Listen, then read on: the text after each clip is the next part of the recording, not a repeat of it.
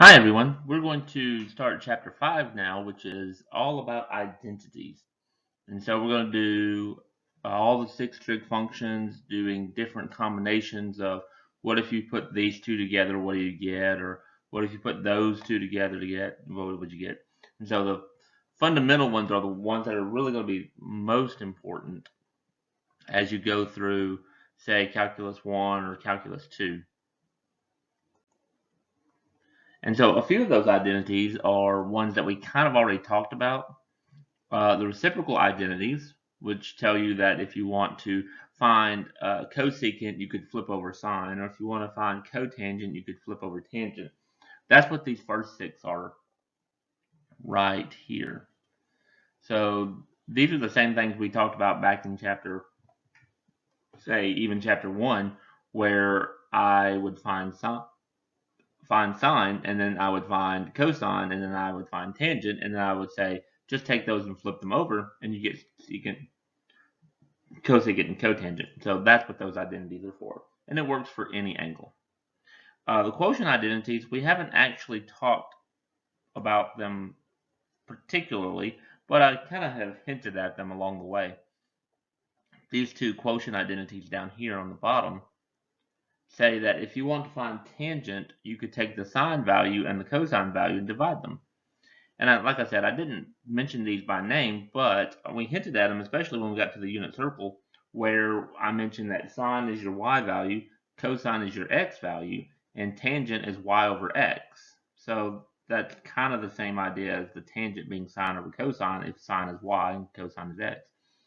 And usually I only use the first one, that tangent is sine divided by cosine, because if you want to do cotangent, you could just flip over tangent from the reciprocal identities. And then some of the more important ones that you'll notice throughout calculus are the Pythagorean identities. And I'm not sure what happened to the rest of this little guy right here, so I'm going to draw him in there. For all the identities, for all the angles, we have 3 important identities that will pop up. And this will pop up especially once you get toward the end of Cal 2. Sine squared plus cosine squared equals 1, no matter what your angles are. So sine squared of 30 degrees plus cosine squared of 30 degrees would be 1. Doesn't matter about what the numbers are. They're always equal to 1. And then you have that 1 plus tangent squared, or tangent squared plus 1, equals secant squared theta. And 1 plus cotangent squared is cosecant squared. So those are 3 very important identities that will pop up along the way. And then you have your negative angle identities, which we kind of hinted at in the last chapter with graphing. If you have a negative in the side of sine, it gets factored out front because sine is an odd function. Tangent is also the same way. We didn't put a lot of emphasis on the tangent, secant, cosecant, and cotangent, but sine and tangent are both odd, so their reciprocals are both odd. So this one is odd, and these are odd. But the ones in the middle, cosine is even. So if you have a negative on the inside of cosine or on the inside of secant, that negative gets factored out front, and that's why it, sorry, not, I said that wrong.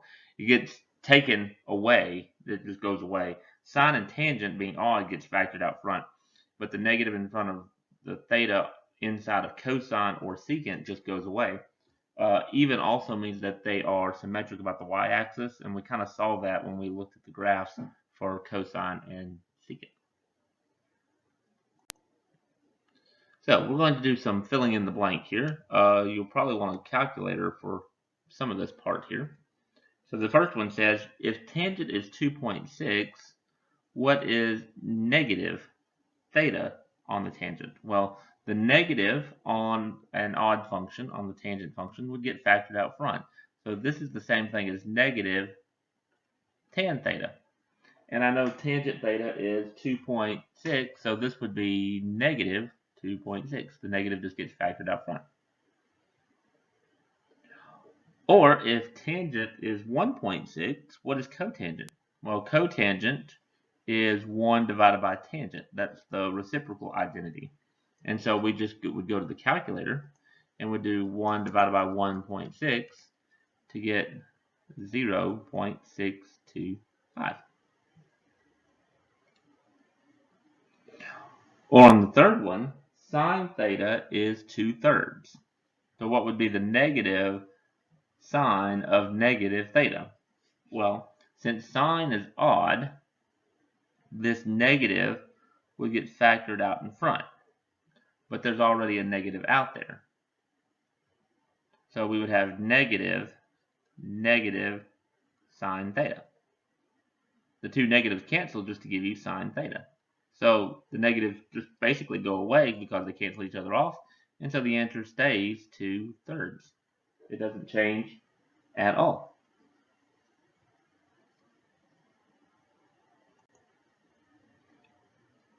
Okay, find sine theta, given that cosine theta is 3/4 and theta is in quadrant 1. So here what they want you to do is use an identity. So they want you to use the identity that sine squared plus cosine squared is 1. And so they tell you cosine is 3/4. We just plug that in. So we'll say that sine squared plus 3/4 squared equals 1. And when you square a fraction, put squared in there too soon. When you square a fraction, you just square the top and the bottom. So this will become 9/16. 3 squared is 9, 4 squared is 16. Subtract the 9/16 from both sides, which means we'll have to get a common denominator for the 1. But that's a really easy one to do. 1 would become 16/16 minus the 9/16. So sine squared is 9 from 16 is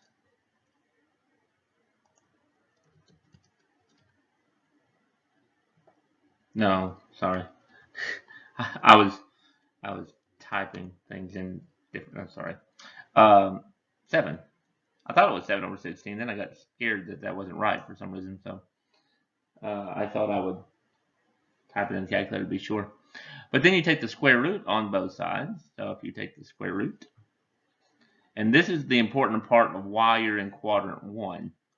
The square root tells you whether or not you're adding a positive or a negative to that square root. And since we're in quadrant 1 and everything is positive in quadrant 1, we keep it positive.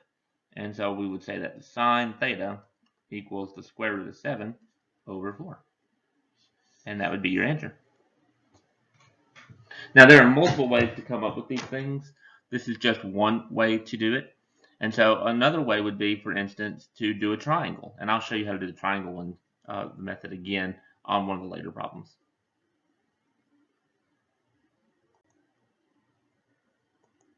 So let's look at this one. Remember, we're still looking for sine, so that's the one we're going to be looking for. So you have to figure out how to go from secant to sine. If you have the secant value, one option would be to do the reciprocal and turn it into cosine, and then use that same identity we just did. You could do 1 plus tangent squared is secant squared, figure out what the tangent value is, and then do tangent is secant over cosecant, and then end up with doing a whole bunch of other identities. I think the easier way to do this problem would switch secant just to cosine, make it 4/11 using your reciprocal identity, and then doing the same identity we did on the last one, that sine squared plus cosine squared equals 1. And so that's what I'm going to do. I'm still looking for sine squared, but now I'll have 4/11 squared equals 1. And that'll give me 16/121. 4 squared is 16. 11 squared is 121. We would subtract the 16/121 from both sides.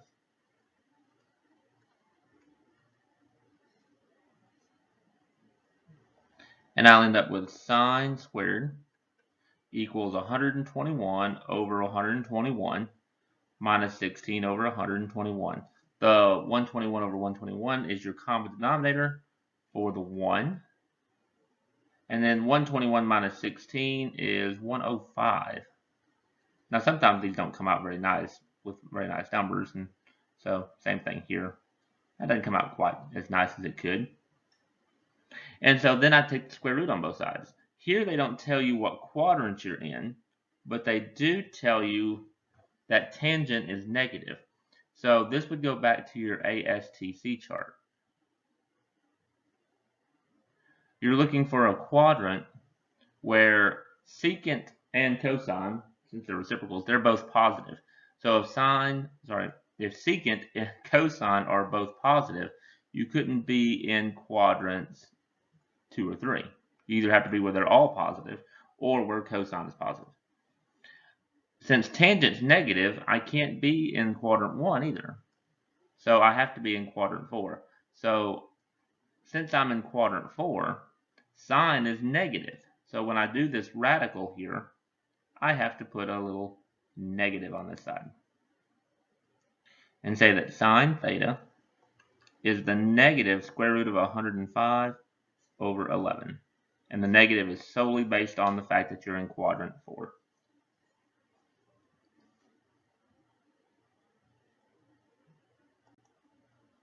Now we could take this a step further and say, why not find all the other trig values? Now why just find sine? So here we're going to start with sine being 2/3 in quadrant 2. Can we find all 5 of the trig function values? And I will say, yes, you can. My suggestion to you is to, whatever trig function you start with, try to get the sine and cosine. Because once you have sine and once you have cosine, then tangent is just sine divided by cosine. Then the other 3 are just reciprocals. So again, I'm going to do my same identity, that sine squared plus cosine squared equals 1. This way I can get to the sine and the cosine. So cosine was 2/3. Oops, sorry. Sine is 2/3. I wrote it in the wrong blank.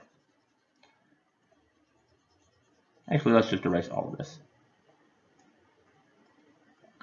So sine is 2/3, so I'll put 2/3 on this side. So this will become 4 over 9 plus cosine squared equals 1.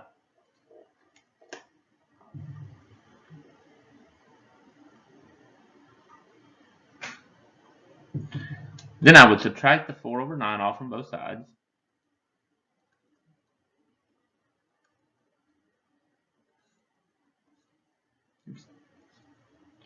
And I'll end up with that cosine squared is 9 over 9 minus 4 over 9, getting the common denominator for the 1. Or cosine squared equals 5 over 9. And I take the square root on both sides. Again, back up here at the top, we are in quadrant 2. So in quadrant 2, sine is positive, but cosine is not. Cosine would be negative, so I have to add a negative to this. And so I get that cosine is the negative root 5 over 3. And that's your cosine value. The other ones are just combinations. So tangent is sine over cosine. So back up at the top, I'm going to say that tangent is sine over cosine. And notice that your denominators are the same. They're both 3 for sine and for cosine. That's not a coincidence. That's very much like the unit circle. So you really only have to divide the numerators if you wanted to. So the numerator on sine is 2. The numerator on cosine is negative root 5.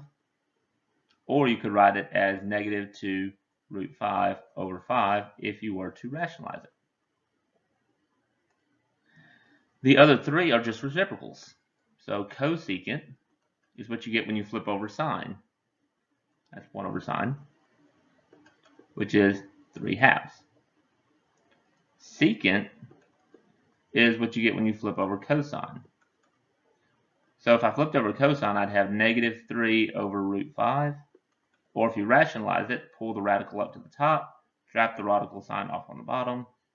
So there's secant and cosecant. And then cotangent, you could do either that it is cosine divided by sine, or you could do taking tangent and flipping it upside down. Whichever one. I'm going to do the tangent flipping upside down. And I'm going to flip over the one before you rationalize it, so that's negative root 5 over 2. Now, I do want to show you one other little thing. So those are all your answers, by the way. That's all 5 of the other trig functions. But you could have done something we did back in chapter 2. Because you have a quadrant 2 angle, you could pretend that you had a quadrant 2 triangle.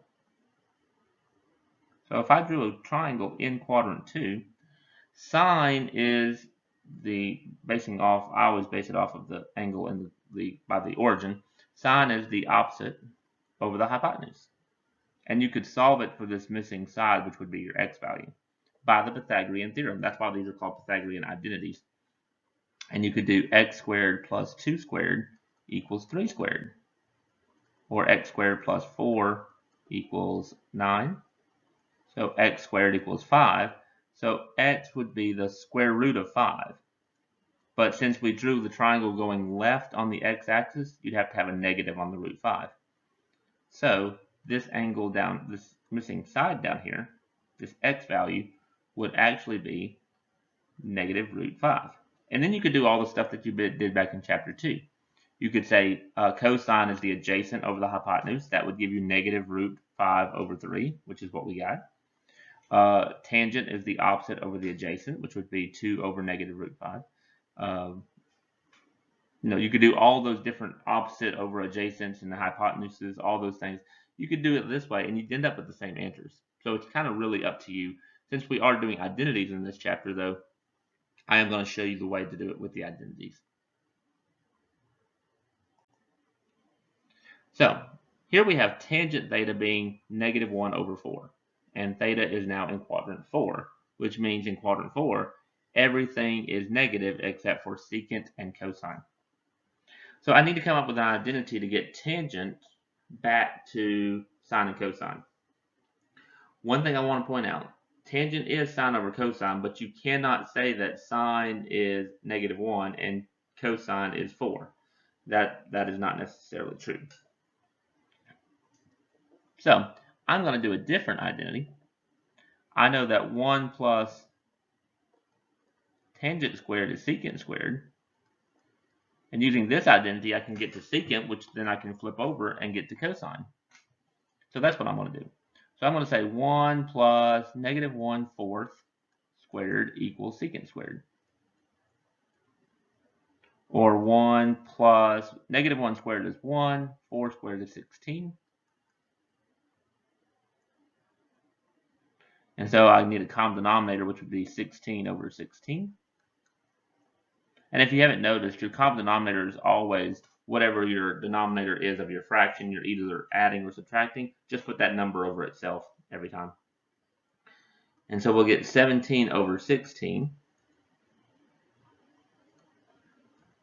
And then we take the square root.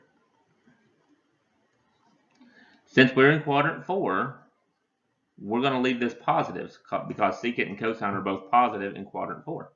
So this would be the square root of 17 over 4. Oops, I went right through the secant there, didn't I?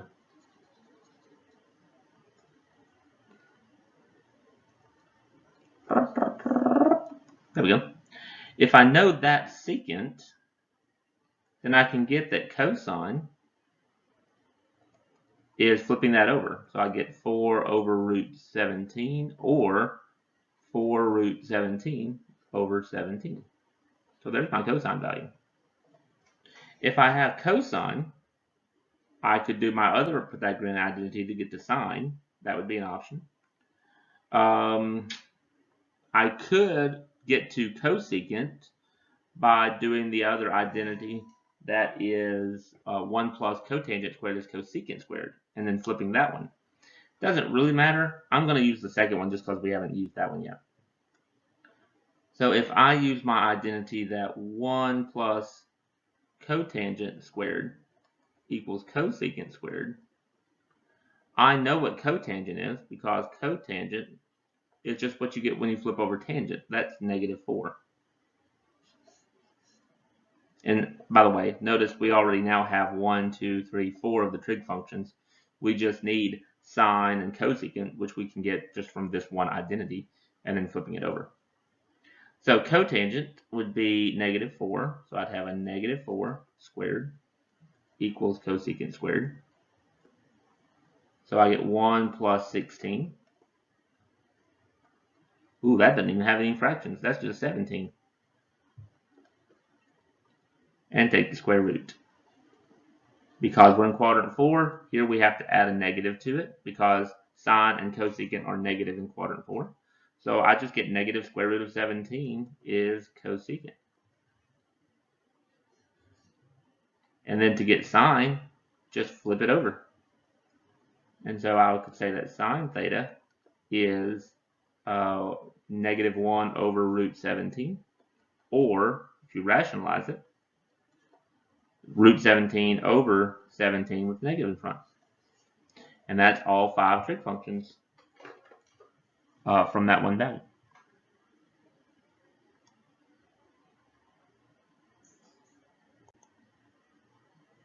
Okay, let's do a couple that are just simplifying. If you take multiple combinations of trig functions, you can multiply them, divide them, you can do lots of things with them. And so what we could do is take multiple trig functions, and by simplifying it, what our goal is to try to get it down to one trig function. That's not always true. Sometimes we have to get it to just 2 trig functions, but ideally we get it to as few trig functions as possible. Like for instance, cosine theta times cosecant theta. Here, I would try to get everything in terms of sine and cosine. So I would turn this into cosine theta times cosecant using the reciprocal identity, that is 1 over sine. So I end up with cosine over sine if you multiply those together. Cosine over sine is the identity for cotangent. And so cosine times cosecant is cotangent.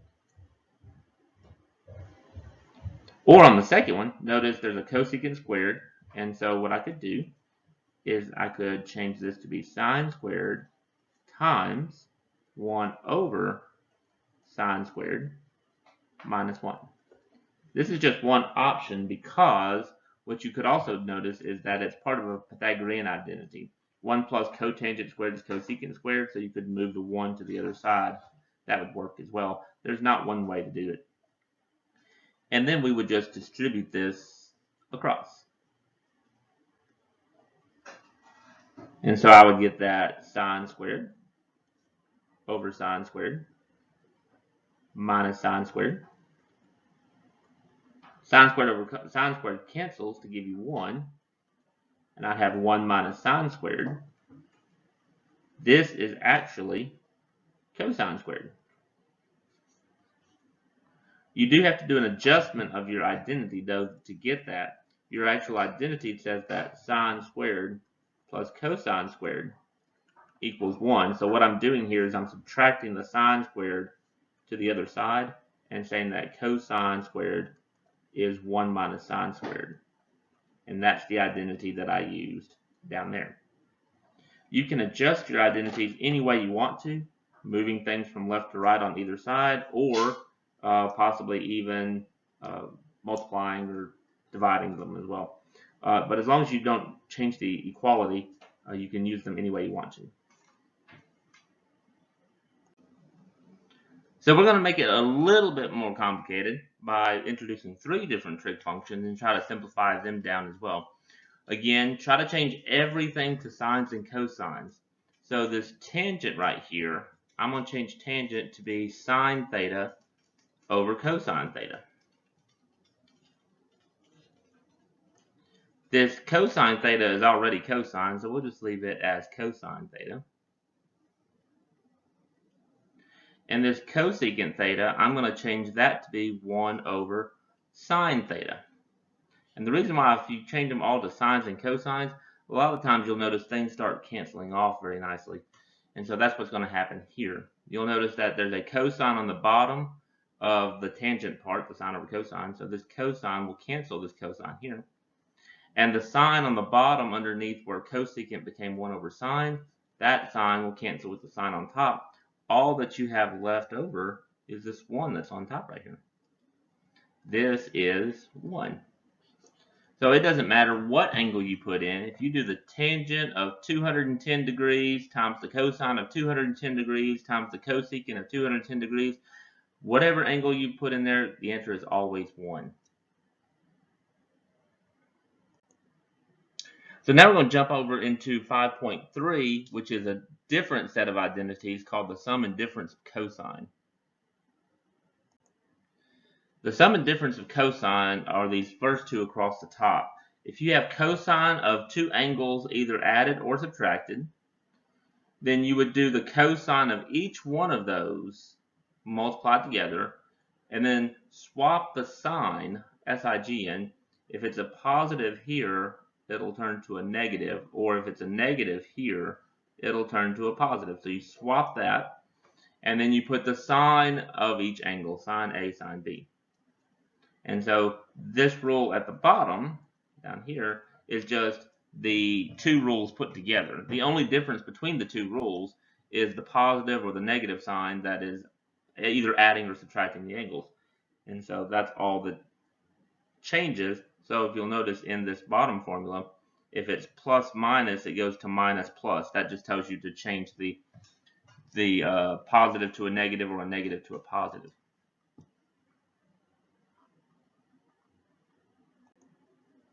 And so we can use the sum and difference of sine and, sorry, not sine, we're doing cosine here. The sum and difference of cosine to find exact values of angles that are not necessarily on the unit circle, but are angles that are almost on the unit circle, or combinations of the unit circle. And so in this case, cosine of 75, I can come up with two angles from the unit circle that would give me 75 degrees. Like, for instance, I could do cosine of 30 plus 45. That would be 75 degrees. That is not the only option. You can do whatever angles you want to do off of the unit circle. I just typically try to go with ones that are in the first quadrant. And so this 30 and your 45, that's kind of like your A and your B from your formula, from your identity. And so we're going to do the identity that cosine A plus B, since I did 30 plus 45, that will be cosine A, cosine B, minus sine A, sine B. So that's what I'm going to do here. So this will be turned into cosine 30, that's your cosine A, cosine 45, that's your cosine B, minus sine of each one of those, sine of 30, sine of 45. Each one of these values is something off the unit circle. Cosine is your x value, so if you go to 30 degrees, your x value at 30 degrees is root 3 over 2. Your x value at 45 degrees is root 2 over 2. Sine is your y value. Your y value at 30 degrees is 1/2. And your y value at 45 degrees is also root 2 over 2. And so this will turn into root 6, the 2 times the 3, minus 1 times root 2 is just root 2. And notice on the bottom they are the same. They're both 2's. So they actually already have a common denominator of 4. So I'm just going to put the 4 underneath both of them like this. You'll quickly find out that when you do either sine or cosine of two angles that are added or subtracted from the unit circle, you will always end up with things that either look like root 6 plus root 2 over 4, or root 6 minus root 2 over 4, or root 2 minus root 6 over 4. So it's usually a combination of these three values, the root 6, the root 2, and the 4.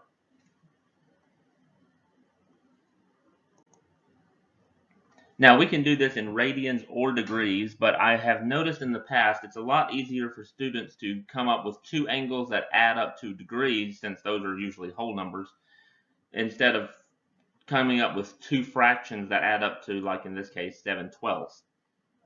If that's the case for you, that is perfectly all right.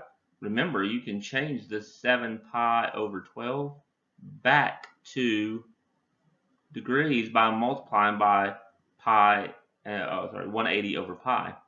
That way the pi's cancel right here. And then you might have to pull the calculator out to get this, but I believe it's 105. I'm going to type it in the calculator just to make sure. Ha! Why do I even doubt myself? It is 105 degrees. So I need two numbers that either add or subtract to give me 105 degrees. And like I said, there's a lot of different ones out there. And so I typically stick with the first quadrant. So I'm going to do 60 and 45. And it would be the same thing. Just like on the last one, this is your angle A. This is your angle B for the 60 and the 45. And so using my identity, same one I used on the last one, this will become cosine of the first one, cosine A, cosine B, minus sine A, sine B. And these are all numbers from the unit circle. Cosine of 60 degrees, the x value at 60 degrees is 1/2. 45 degrees, they're both root 2 over 2 for the x and the y. Sine of 60 is root 3 over 2. Sine of 45 is root 2 over 2. So this will give me a root 2 minus a root 6, all divided by 4. Notice, same values I got on the last one, except now the top is reversed. But that's usually going to happen. You're going to end up with those same three numbers, just in some various order.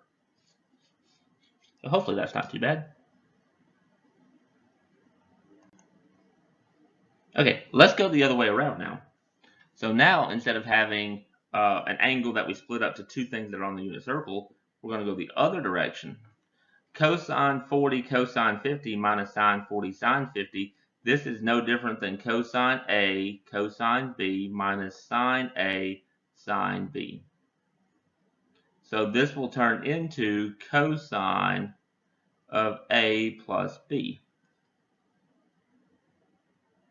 Plus, because the negative sign swaps to a positive. And so on our problem, we'll have cosine of 40 plus 50. That is cosine 90, which is on the unit circle as 0, the x value at 90 degrees. And part D is the same thing. This is cosine of an angle, that's A and B, plus sine of those same two angles. That will have to be the same thing as cosine A minus B. Minus, because of the plus sign that was already there, you have to swap that positive to a negative. And so this will become cosine of 230 minus 80, which hopefully is something on the unit circle. And it is. 230 minus 80 is 150 degrees. That is an angle over in quadrant 2. And so if you looked at quadrant 2 and pulled that value off, you would have a negative root 3 over 2. And that would be your answer. Some students get confused on the fact that they look at these type problems and say, I'm only using the first half. You're using the cosine. What do you do with the sine and the sine? You're not doing anything with either the cosine or the sine. If you have this pattern, two cosines multiplied and two sines multiplied, they always go back to cosine. So it's not necessarily that I'm using the first half and ignoring the second half. So don't get that confused.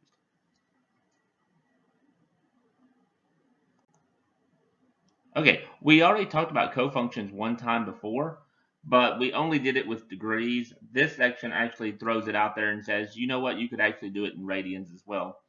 Uh, I don't know why they split them up in two different sections. Why do degrees in one, radians in the other? But it's okay. But these are the same identities we looked at earlier, where sine and cosine are cofunctions of each other. Secant and cosecant are cofunctions of each other. And tangent and cotangent are cofunctions of each other. And they're off by 90 degrees or pi over 2 if you put it in radians. So these type problems we actually already did before. Right in terms of the cofunction, tangent 87 degrees. Remember, tangent and cotangent are cofunctions because if you put the word the co in front of tangent, you get cotangent. That's a cofunction. So this will turn into cotangent. Since it's in 87 degrees, I'm going to do the degree version.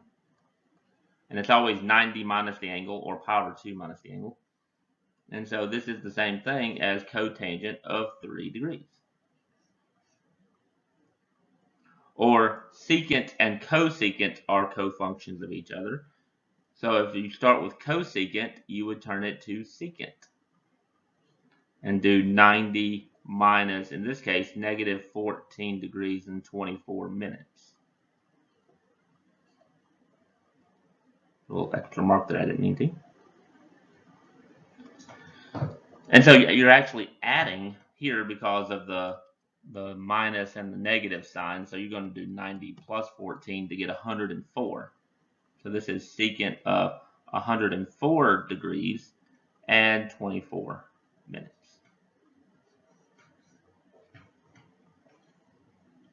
So we should try to do this in radians as well. But apparently we didn't. Oh well. Find theta here. These are also cofunctions. Notice that we have tangent and cotangent. If they are cofunctions of each other, that means, we actually did these problems before, that this angle and this angle should add up to 90. I need the theta plus the 45 degrees and 2 theta have to be 90. So I'd end up with 3 theta plus 45 equals 90. Subtract the 45 from both sides.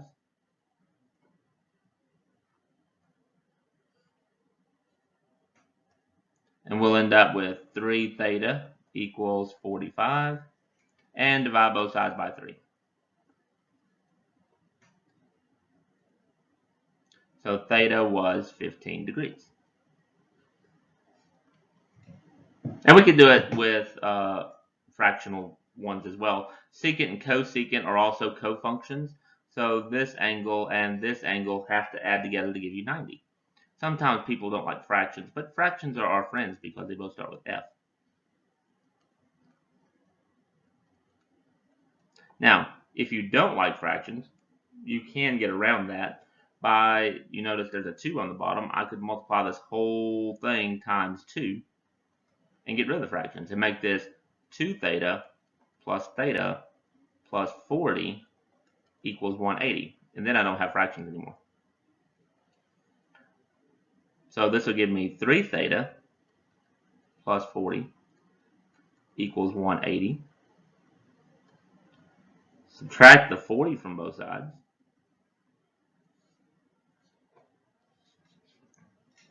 And if you subtract the 40, you'll get 3 theta equals 140. And then I would divide by 3 everywhere. 140 doesn't divide by 3. And so I would just leave it as 140 divided by 3 degrees. Unless they specifically were to ask you to put it as a decimal. If they did, it's a little over 46 degrees.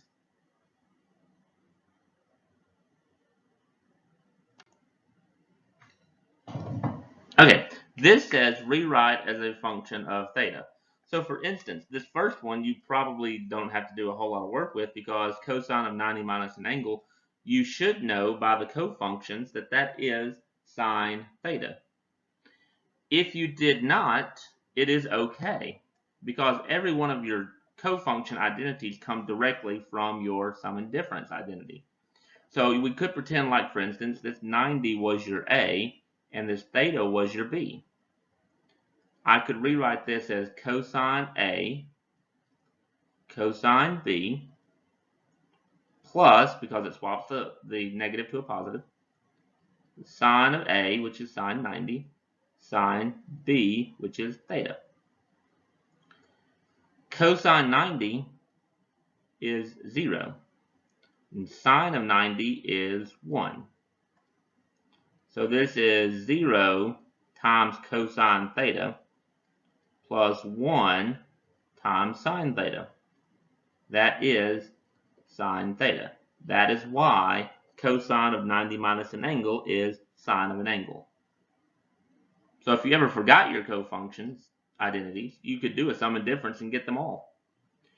Part B, not really possible to do a cofunction there because it's not in the right format, but we could do the same idea we did above, where this is A and this is B. And so this would become cosine 180 cosine theta minus, because the positive swapped to a negative, sine of 180 sine of theta. Cosine of 180 is negative 1, and sine of 180 is 0. You can pull those off of the unit circle. So this is negative 1 times cosine theta, which is just negative cosine theta, minus 0 times sine theta. So all I'm left with is negative cosine theta. So cosine of 180 degrees plus an angle is the same thing as negative cosine theta.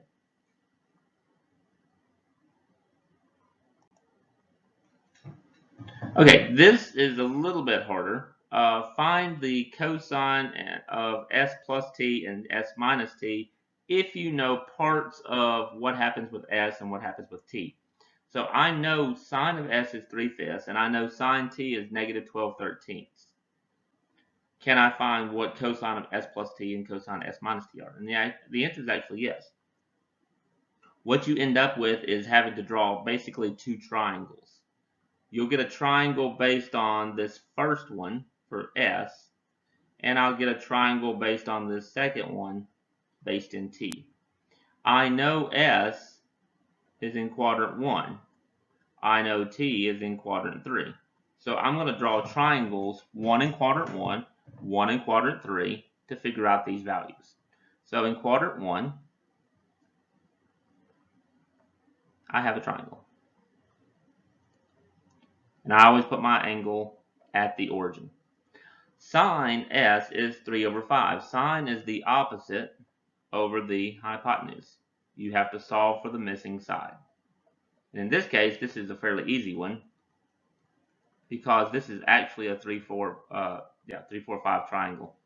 So we'll get x squared plus 3 squared equals 5 squared. Or x squared plus 9 is 25. So x squared equals 16. So x is actually 4. We're in quadrant 1, so it actually is positive 4. Then on the other side, I'm going to draw a triangle in quadrant 3. So in quadrant 3, I'd have a triangle kind of going down this direction. Sine is the opposite over the hypotenuse, so I'd have an opposite side of negative 12 and a hypotenuse of 13. Again, solving for the missing side, x. And so I'll have x squared plus negative 12 squared equals 13 squared. This is a lesser known Pythagorean triple. This is a 5, 12, 13 triangle. This is 144 and 169. If you subtract the 144 across, you'll get x squared is 25, and x was 5. But because we're in quadrant 3, it's actually negative 5, because we went in a negative direction when we drew our triangle, negative x's and negative y's, to get into quadrant 3. And so now, if I want to do what is cosine s plus t? Well, by the definition of the identity, this is cosine s cosine t minus sine s sine t. The cosine s and the cosine t come from the triangles I just came up with. So cosine s is the adjacent over the hypotenuse, or the x over the r, whichever one we want to do. That would be 4 divided by 5. Cosine t is the same thing. The x over the r, or the adjacent over the hypotenuse. That would be negative 5 over 13.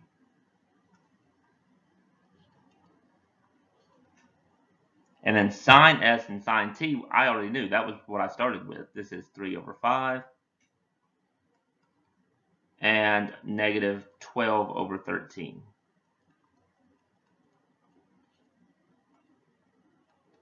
So on the top, the 4 and the 5 make 20, so I get negative 20 over 65. 5 times 13. And then I'll end up with a plus sign, because the negative 12 and the minus sign will make a positive. And 12 times 3 is 36 over 65. This is 16 over 65. That is cosine s plus t. Now, if you wanted to do cosine s minus t, the only thing, oops, I put s down twice. The only thing that's different between the formulas is the positive to the negative. So on s minus t, you're still going to end up with cosine s cosine t, but now we'll end up with a positive sine s sine t. But my values are all the same. Cosine s is still 4 over 5. Cosine t is still negative 5 over 13.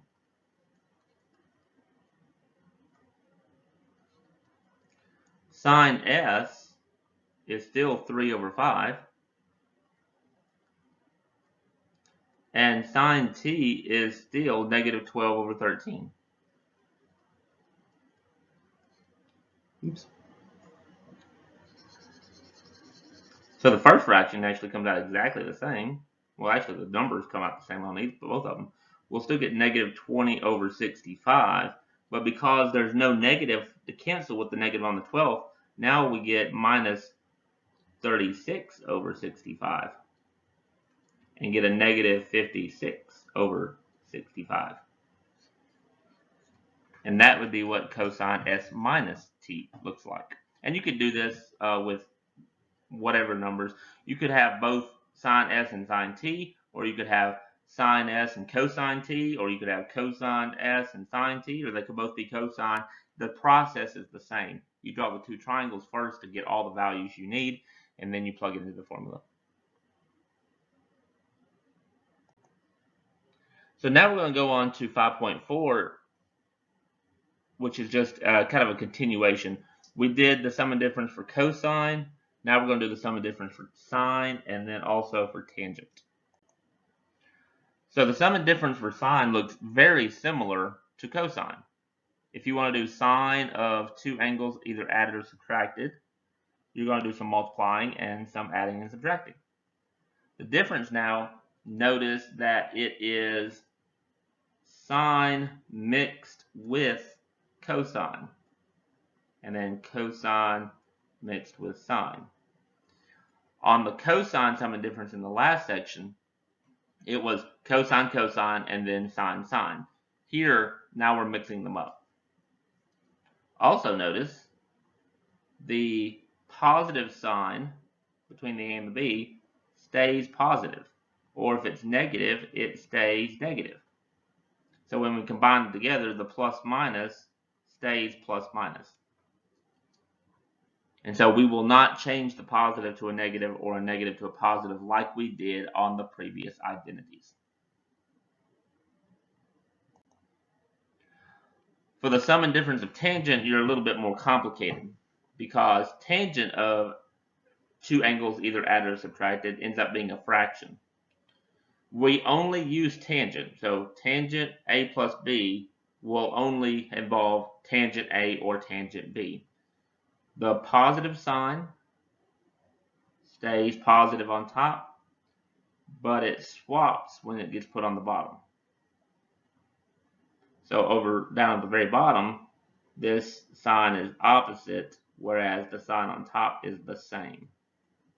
But you split it up as tangent of the first one, tangent of the second one, and on the bottom you'll get a 1 and then either a plus or minus, tangent AB multiplied together.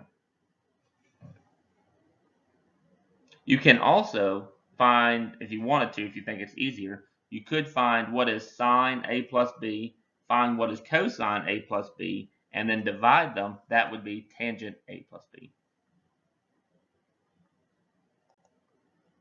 So the problems that we can do here are very much like the ones we saw in the last section. If I wanted to do sine of 15 degrees, I could come up with two angles that added or subtracted to give me 15 degrees. Like for instance, I could do sine of 45 minus 30. That would be an option. And this would be my A and my B. So here I'd be using the identity that sine of A minus B, because I'm subtracting the 45 and the 30, this would be sine A cosine B minus cosine A sine B. And so I would say that this becomes sine of 45, that's sine A, cosine B, which would be 30, not negative 30, the negative is part of the identity. And then minus cosine 45 sine 30. And again, these are all values from the unit circle, and we'll notice that you'll end up with an answer that's very similar to what we saw in the last section. Sine of 45 is root 2 over 2. Cosine 30 is root 3 over 2. Cosine 45 is root 2 over 2. And sine 30 is 1/2. So very much like what we saw in the sum and difference for cosine, we'll end up with a root 6 and a root 2, and 2 times 2 on the bottom makes 4. And so we'll end up with an answer that looks like that.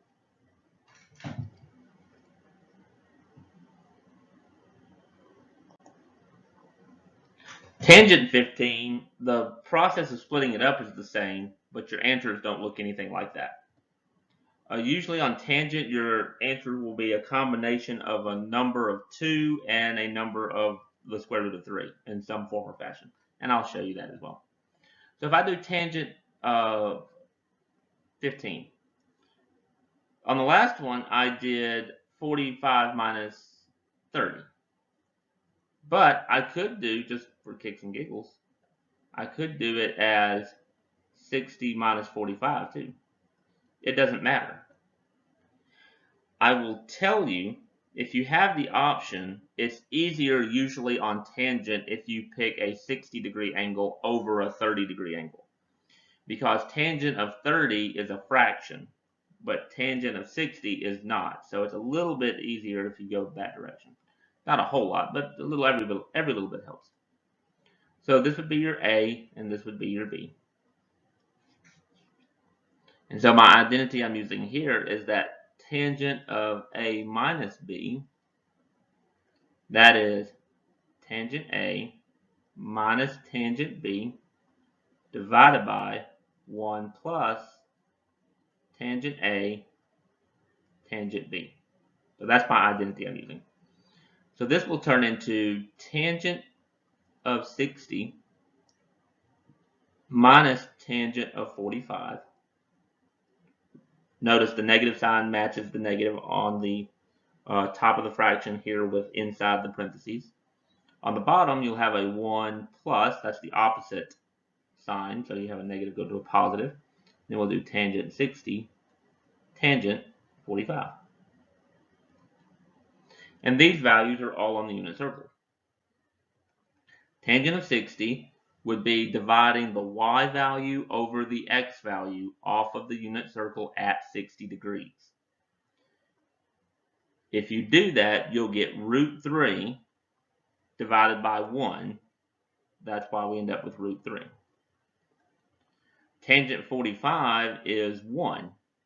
You could do off the unit circle the y over the x. Or, by the way, you could do a 30, 60, 90 triangle and a 45, 45, 90 triangle and get these values. That would work as well.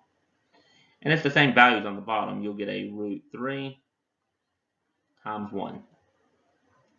So I'm left with root 3 minus 1 over 1 plus root 3. Now, if they ask you to rationalize this, it's a little bit more complicated to rationalize these type problems as it is just to move the radical up to the top and drop the radical sign off on the bottom. To rationalize these things, you have to take whatever is on the bottom, so the 1 plus root 3, and you have to make it the opposite sign and do 1 minus root 3. And then the top part gets FOILed. You could actually FOIL the top and the bottom. The first one, the outside, the inside, the last. So the first one, root 3 times 1 would be root 3. The outside, root 3 times root 3 would be just 3. It'd be square root of 9, which is 3. The inside, 1 times 1 is 1. And the last ones would be a positive root 3. On the bottom, if you FOIL it, you'll get a 1. 1 times 1 is 1. The outside is a minus root 3. The inside will be a positive root 3. And the last ones will be root 3 times root 3 would be root 9, which is 3. This rationalizes it because on the denominator, the root 3's cancel each other. And then you won't have any radicals on the bottom. So on top, you get a root 3 and a root 3. So you get 2 root 3 minus 4, all divided by 1 minus 3, which is negative 2. You could divide the negative 2 into each one.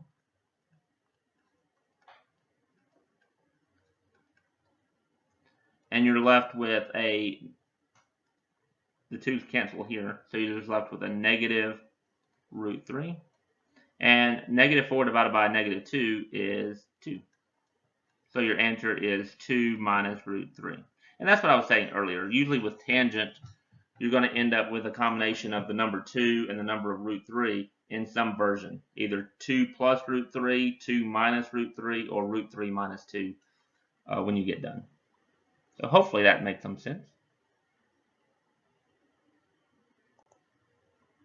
Okay, if we did it with radians, again, most people would switch this back to being something not with radians, switching it back to degrees. 5 pi over 12 is actually the same thing as 75 degrees. If you multiply by pi over 180, sorry, said that upside down, 180 over pi, the pi's cancel. And then if you went to your handy dandy calculator and did 5 times 180 divided by 12, you should get 75 degrees.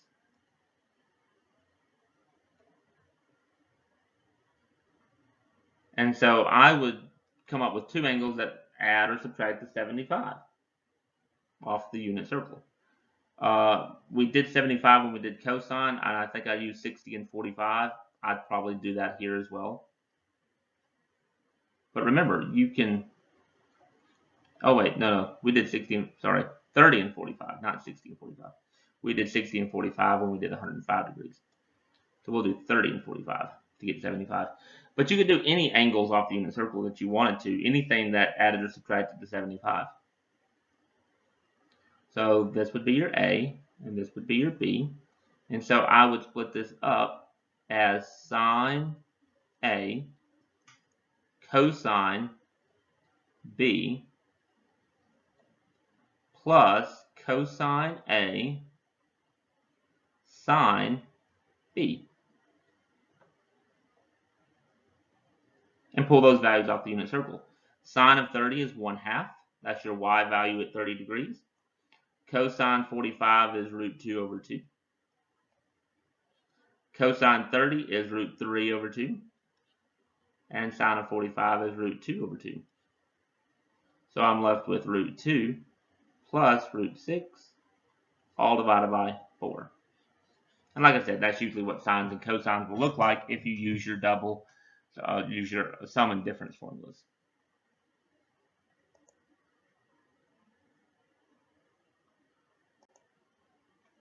Okay, let's go the other way around. If you have sine of 76 cosine 31 minus cosine 76 sine 31, this is just like if I had sine A cosine B minus cosine A sine B. This would turn into, since they're mixed and matched, sine multiplied with cosine, cosine multiplied with sine, this would be sine of A minus B. That's the formula that I have here. And so I would subtract 76 minus 31. That is sine 45, and if you look that up off the unit circle, that is the y value at 45 degrees, which is root 2 over 2. And that's what you would do. And you could do this with numbers, or you could do it with letters as well.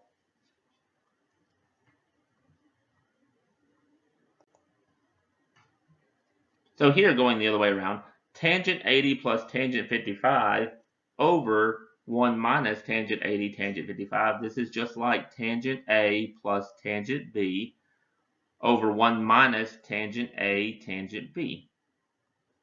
That is tangent A plus B. That's the sum and difference formula, or the sum formula for tangent. So what we're working with here is what is tangent of 80 plus 55.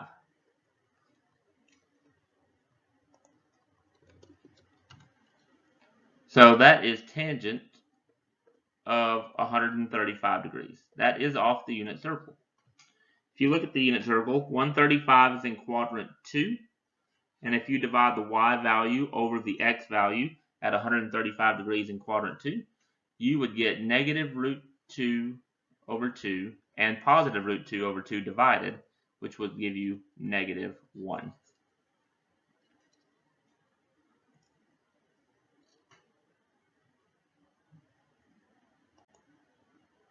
Okay, let's do it in radians as well. Sine pi over 5, cosine 3 pi over 10, plus cosine 5 over pi, and sine 3 pi over 10. Again, this is no different than sine A cosine B, cosine A sine B. So this would be sine A plus B. Plus because of the plus sign. So here we're adding pi over 5 and 3 pi over 10. Pi over 5 and 3 pi over 10. Now, if you add these, I would not go through the trouble of turning these back into degrees just to add those two things together. I would just go ahead and make the 5 on the denominator a 10 and make this 2 pi over 10 plus 3 pi over 10, which would give me 5 pi over 10, which is the same thing as pi over 2. And sine of pi over 2 is on the unit circle. Pi over 2, or 90 degrees, is the y-axis, the positive y-axis on the unit circle. So if you pull off the y value at that point, it would be a 1.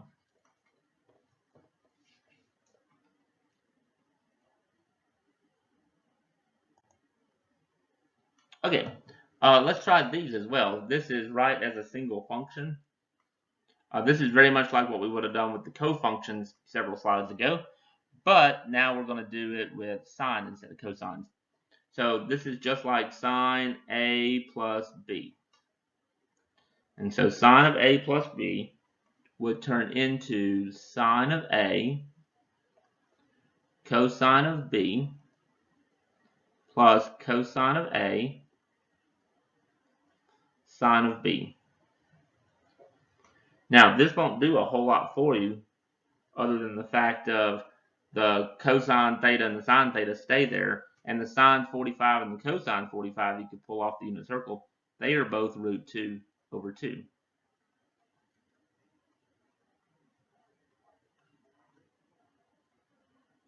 And so you could factor out the root 2 over 2 if you wanted to, or if you didn't, it wouldn't really matter. But it's cosine plus sine multiplied by the square root of 2 over 2. And that's about as far as you can go with that one.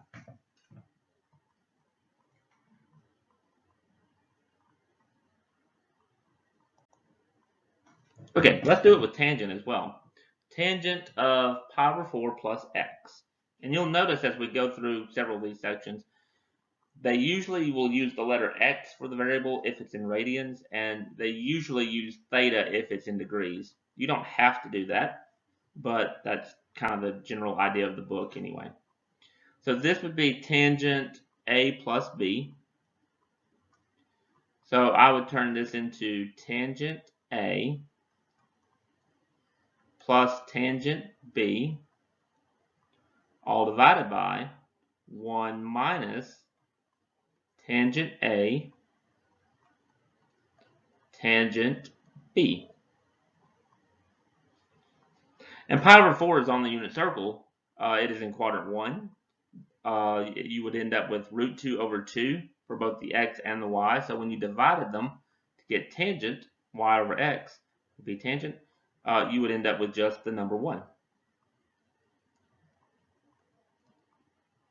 And on the bottom, you'd end up with 1 minus 1 times, oh, I wrote tangent b instead of putting the x in there.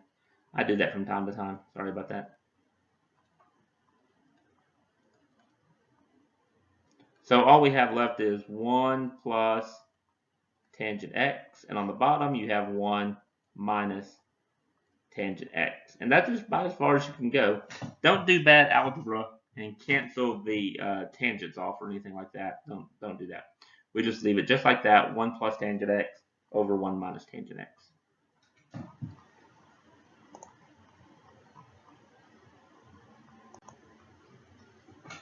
Okay, let's do one more with sine. Sine of pi plus x. This is just like sine of a plus b. And so I would do sine of a, cosine of b. I almost wrote the letter b again, but I'm going to go back and put an x there. Plus cosine of a, sine of b. Here, pi is on the unit circle. Sine of pi, that's the y value at pi. Pi is the negative x-axis. So sine of pi is 0 times cosine x. And cosine of pi is negative 1 off the unit circle. So all we're left with in this case, this one's really nice, this is just negative sine x.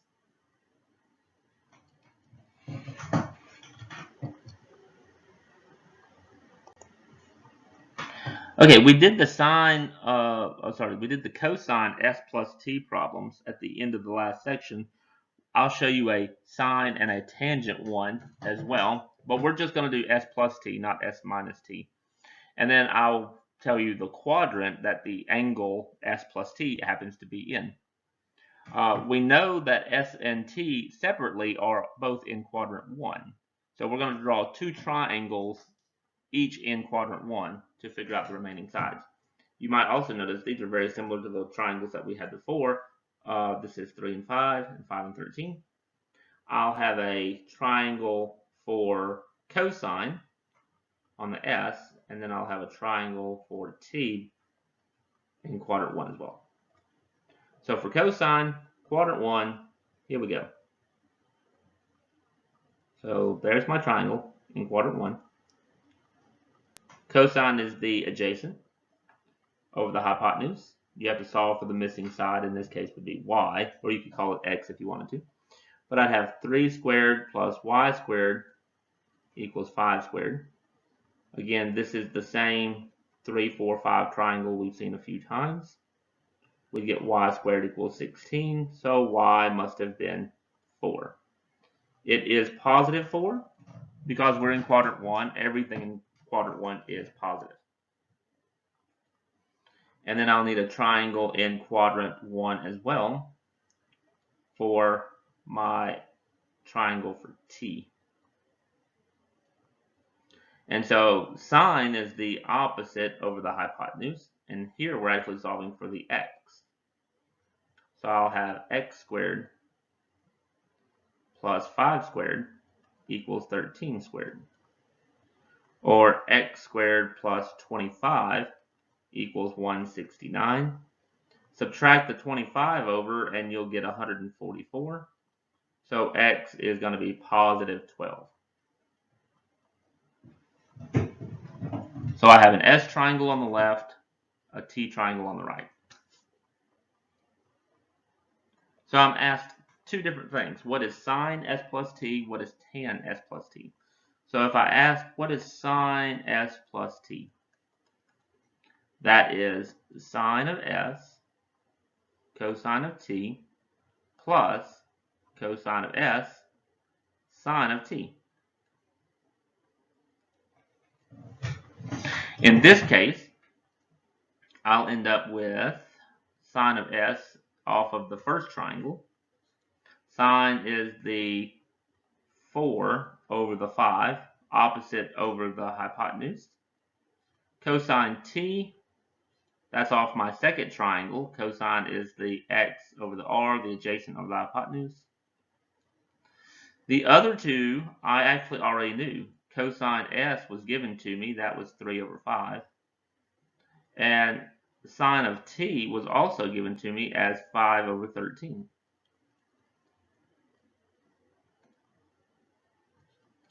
So 12 times 4 is 48 over 65. And 5 times 3 is 15 over 65. So 48 and 15 would be 58, 59, 61, 63. So that would be 63 over 65. Now for tan S plus T, you have two options. You could go back and you could do cosine S plus T and then divide sine S plus T over cosine S plus T, or you could do the identity for tan S plus T. It doesn't really matter. It is usually easier to do the cosine and then divide the two than it is to do the actual identity for tangent S plus T, but it won't really matter here because the numbers are pretty nice. So I'll do the identity. This will become tangent S plus tangent T over 1 minus tangent S tangent T. So on top, tangent of S, that's tangent of the lighter blue triangle on the left-hand side, that would be 4/3, opposite over adjacent. So I'd have 4/3. And then the tangent of the second one would be 5/12. And those same values get used on the bottom. 1 minus 4/3 times 5/12.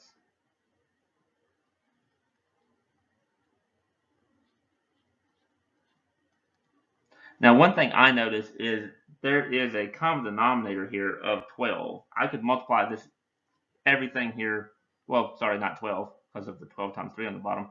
You actually have to do 36 and get rid of all the fractions. So that's probably what I'm going to do. I'm going to multiply everything in this problem by 36. This is why a lot of times it's easier just to find cosine and divide the two. So 3 from the 4/3, the 3 goes into 36 12 times. 12 times 4 makes 48 on top. 12 goes into 36 3 times. 3 times 5 is 15. Notice the 48 plus the 15 is the same as the sine value above it, 48 and 15. That's not a coincidence because tangent is sine over cosine. On the bottom, I'll have 1 times 36, which is just 36. And then the 3 times 12 makes 36. That cancels completely, so I'll just get minus 20. So I'll get 63 over 16. And that's your tangent value. Had you found cosine first, cosine S plus T, cosine would have came out to be 16 over 65. And then you would divide 63 divided by 65 divided by 16 over 65, that would give you 63 over 16. Notice both of these numbers came out positive. Sine s plus t is positive 63 over 65. Tangent s plus t is positive 63 over 16. The only quadrant where the sine and the tangent could both possibly come out to be positive is quadrant 1. So for our angle s plus t, we have to be in quadrant 1 when we added our angles together.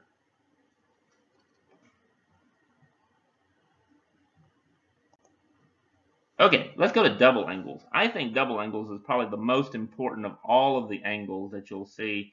They pop up a lot in Cal 2 and Cal 3, so these are fairly important. Your double angle identities have 3 different identities just for cosine, but then sine and tangent only have really 1. Cosine of 2 times an angle, these come directly from your sum and difference formulas. So for instance, I'll kind of show you that off to the side. If I did cosine of a plus b, my double angle identity is what if it wasn't a plus b, but what if it was a plus a? That would be cosine a minus sine a sine a. This becomes cosine squared minus sine squared. That's our identity right here. Now, we could take that identity and replace cosine squared with 1 minus sine squared and get the next one. Or you replace that identity changing the sine squared to 1 minus cosine squared and get the third one. It just kind of depends on which one would be easier along the way. The sine 2a comes directly from the sum and difference from the previous one. If I did sine of, instead of a plus b, if I did a plus a, I would get sine a cosine a plus sine a cosine a. So I actually have 2 different terms that say sine a cosine a. That's my identity right here. So they're coming directly from the sum and difference, and you can do the same thing for tangent if you wanted to. If you did tangent a plus a instead of a plus b, you would get the third identity.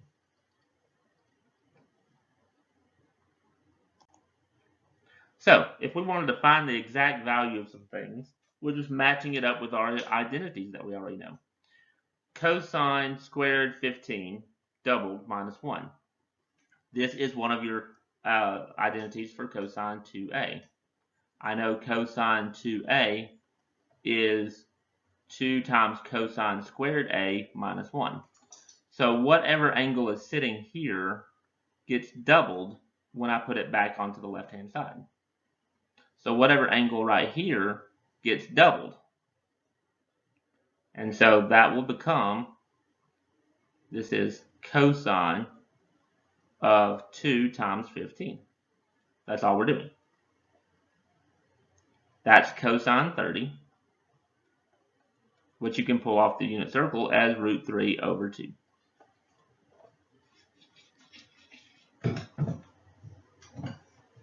Or on the other one, part B, 2 times sine of 22.5 cosine 22.5.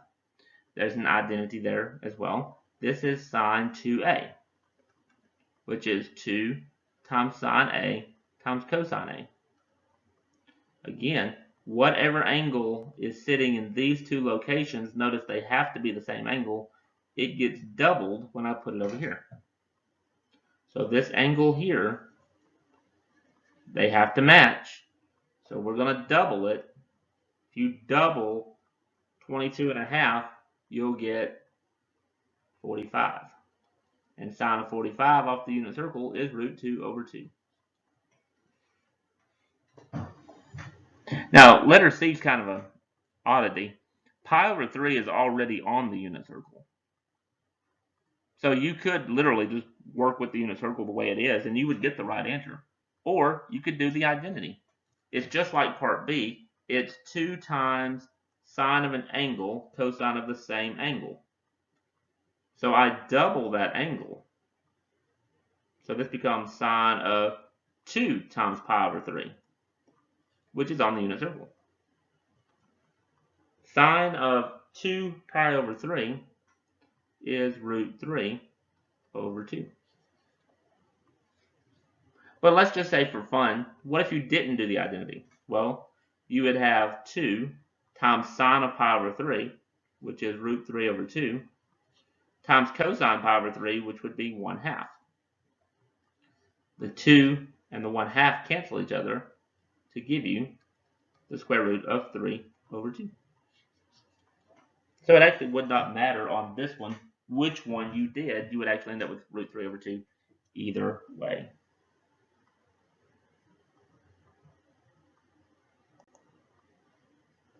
Okay, let's do these type problems. Find the sine and cosine function value for, in this case, theta, if you know cosine 2 theta is 3/5 and theta terminates in quadrant 1. So we're trying to take a double angle, a cosine 2 theta, and go backwards and find the single angles, which is not terribly hard. For instance, I'm looking for sine and cosine here. So what I could do is take one of my double angle for cosines. Say I want to solve for sine first. I know cosine of 2 times an angle is 1 minus 2 sine squared of an angle. I have that identity. And so I could use that identity to come up with what sine theta is. I know cosine 2 theta is 3 over 5, so I would do 3 over 5 equals 1 minus 2 sine squared theta.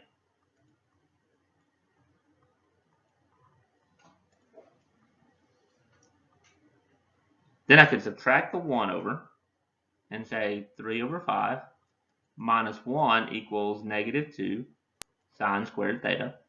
Get a common denominator, which would be 5 over 5. So I'll get negative 2 over 5 equals negative 2 sine squared theta. Divide by negative 2 on both sides to get rid of the negatives, and the 2's actually. And I'll be left with 1/5 equals sine squared theta. Now it's important to notice that we are in quadrant 1 for our angle, and that is because I have to take the square root here. Since I'm in quadrant 1, I keep it positive. Sine is positive in quadrant 1. And I'll have 1 over the square root of 5 equals sine theta. Now at this point you have two options. You can do another identity. You could do cosine 2 theta equals 2 cosine squared minus 1 and come up with the cosine value. Or you could draw a triangle. You know the angle is in quadrant 1, so I could draw a triangle in quadrant 1 where sine is the opposite over the hypotenuse. Oh, by the way, you're welcome to rationalize that as well. It would be square root of 5 over 5 if you did. Solve for x and say x squared plus 1 squared is the square root of 5 squared, where x squared plus 1 equals 5. So x squared equals 4. So x is 2. Since we're in quadrant 1, it's positive. And then I could say that cosine theta is the adjacent over the hypotenuse. Or if you want to rationalize it, 2 root 5 over 5.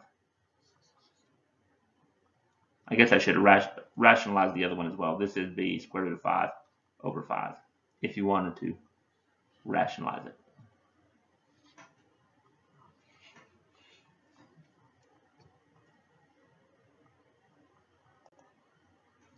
Okay, let's go the other way. Instead of finding sine theta and cosine theta given the double angle, let's find the double angle given tangent of x is 2.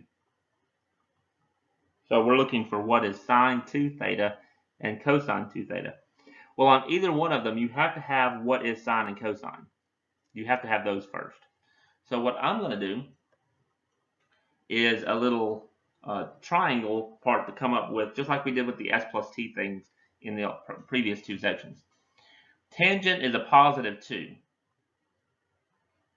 So if I look at my ASTC chart, if tangent's positive, I cannot possibly be in quadrant 2 or 4 because I need my tangent to be positive.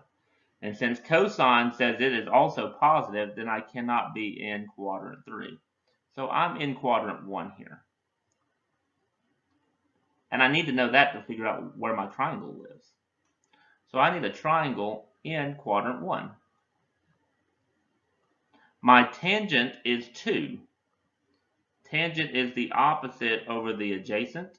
So I would do 2 over 1 to give me 2. And then you solve for the missing side. In this case would be the r for the hypotenuse.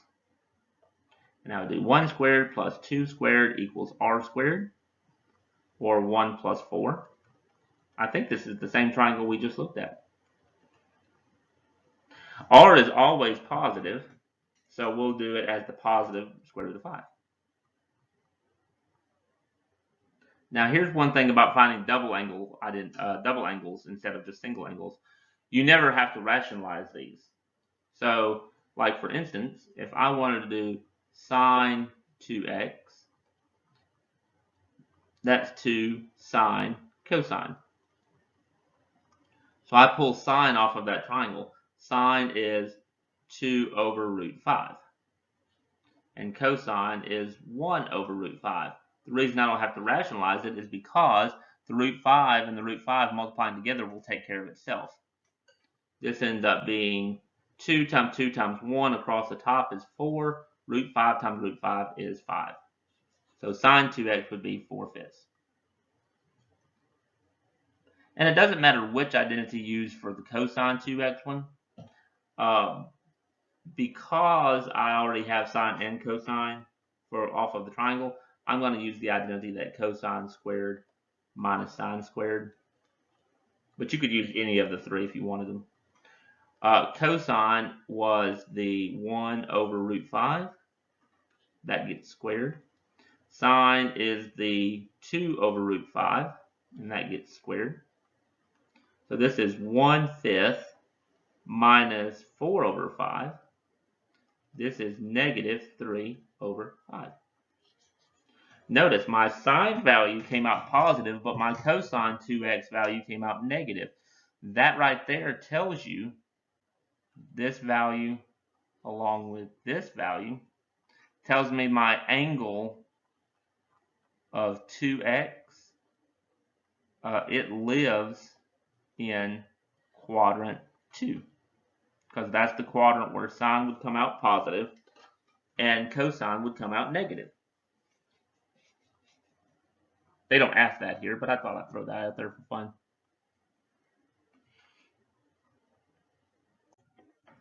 Okay, let's do another one like that.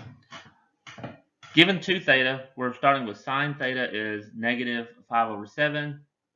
Cosine is positive. So for this type problem, remember your ASTC chart. Sine is negative root 5 over 7. So if sine is negative, you can't possibly be in quadrant 2 or quadrant 1 because sine's positive there. But the fact that cosine is positive means you cannot be in the quadrant where tangent is positive. So we're in quadrant 4 in this case. So what I would do is I would draw a triangle in quadrant 4.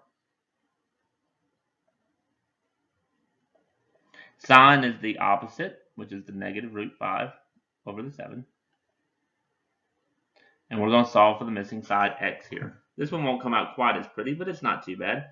We'll have x squared plus negative root 5 squared equals 7 squared. This would be, oops, I meant to draw a 5 there, and it came out as a 2. Negative root 5 squared is just 5, and then we'll have 49. 7 squared is 49. If you subtract the 5, 49 minus 5 is 44. So if you take the square root of 44, Here it's going to be positive because in quadrant 4 your x values are positive. But this does simplify if you want to simplify it to 2 root 11. 44 is 4 times 11, and you can take the square root of 4 out front. So whichever one you want to use.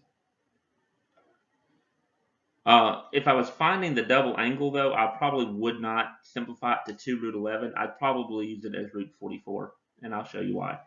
If I want to know what is sine 2 theta, that is 2 times sine times cosine. Sine is what I was given, negative root 5 over 7. Cosine is now going to be root 44 over 7. So leaving it with the radical on there will help you put them together a little bit better. So on the bottom, 7 times 7 will make 49. On the top, I'll get 44 times 5, which is 220. So I'll get 2 times the square root of 220 over 7.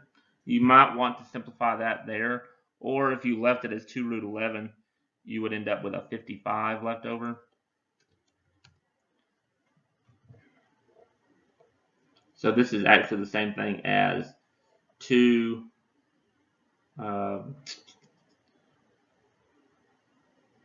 times square root of 4 times 55. My pen is not making my 5s very well for some reason now.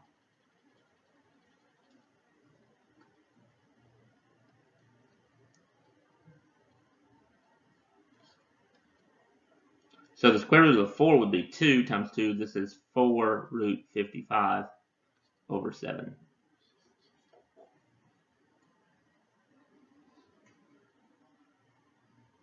If you left it 2 root 11, maybe we should have done that, but it will be easier on the cosines to do it the other way. If I did cosine 2 theta, I'm going to do cosine squared minus sine squared. So the cosine would be the root 44 over 7, all squared. And this will definitely be easier leaving it root 44. Sine would be the negative root 5 over 7. So I'm left with 44 over 49 minus square root of 5 squared is just 5 over 49. Oh, I didn't multiply the 7s on the other one, did I? I was wondering why I didn't have 49 on the bottom up here. 7 times 7 makes 49. I left the 49 off. Guess I should have quit on the last one. I was doing a lot better on the other one. 49, 49, 49. So I should end up with 44 minus 5, which is 39 over 49. Notice here both sine and cosine came out positive again, so their combined effort together would be back in quadrant 1.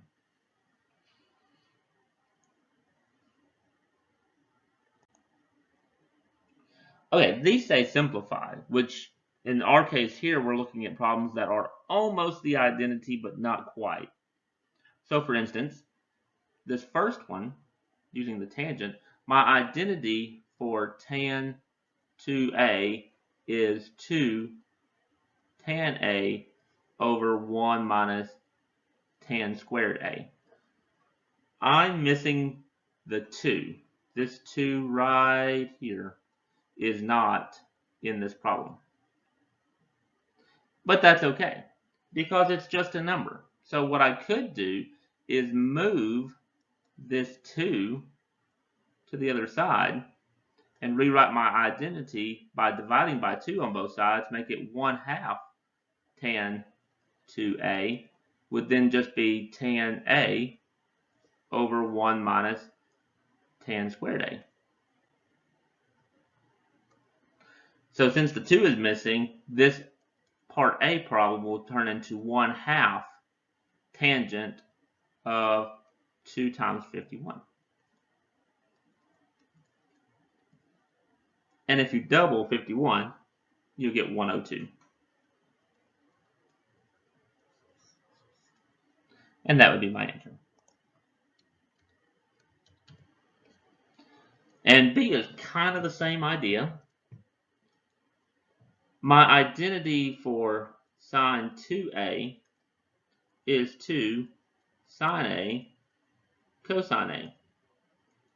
This does not have a 2 in the front on my problem. It's just sine 20 cosine 20. This 2 is not there. So I could move it to the other side just by dividing by it and saying 1/2 sine 2a is the same thing as what you get when you multiply sine a and cosine a together. So I can rewrite this problem as actually 1/2 sine of 2 times 20. Or this is 1/2 sine 40. And so we can adjust all of these identities to be whatever you need them to be depending on the problem that you're working on.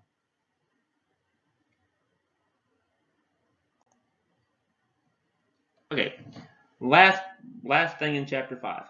Find an identity. So what they want you to do here is see if you can simplify what they give you to something else using whatever identities we've talked about up to this point. So this first one, cosine to the fourth minus sine to the fourth. You have to notice that that is the difference of squares from algebra. We don't have an identity that has a fourth power on it. So this is all about algebra.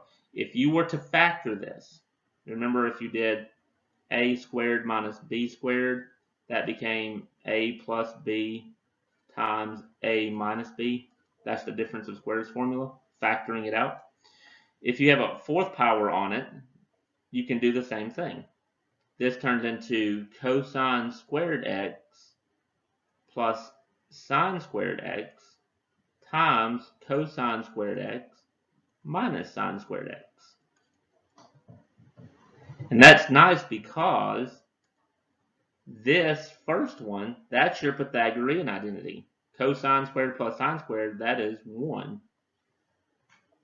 This other one, cosine squared minus sine squared, that is our identity in this section. That's cosine 2x. So if you multiply those together, all I'm left with is 1 times cosine 2x. This is cosine 2x.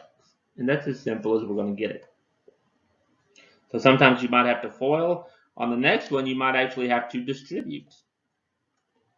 Sine plus cosine all squared is the same thing as sine plus cosine times sine plus cosine. And if I was to FOIL that out, I would have the first ones give me sine squared. The outside gives me sine times cosine. The inside gives me sine times cosine. And the last one gives me cosine times cosine, which is cosine squared. So I'm left with sine squared. I'm left with 2 sine x cosine x in the middle. And then I'm left with cosine squared on the end. So this 2 times sine times cosine, that's our identity for sine 2x in this section. This sine squared added to this cosine squared is 1. That's our Pythagorean identity, just like it is on part A. So what I'm left with is the 1 from the sine squared plus cosine squared plus sine 2x. And that's as simple as we're going to get that to be as well. So that is all of the identities. That's all the sections we're going to talk about on identities. And for most people, identities is the worst chapter of all of trig. So hopefully that's not too bad. It's a lot of information to take in. Take it a little bit at a time. And if you have questions, just let me know.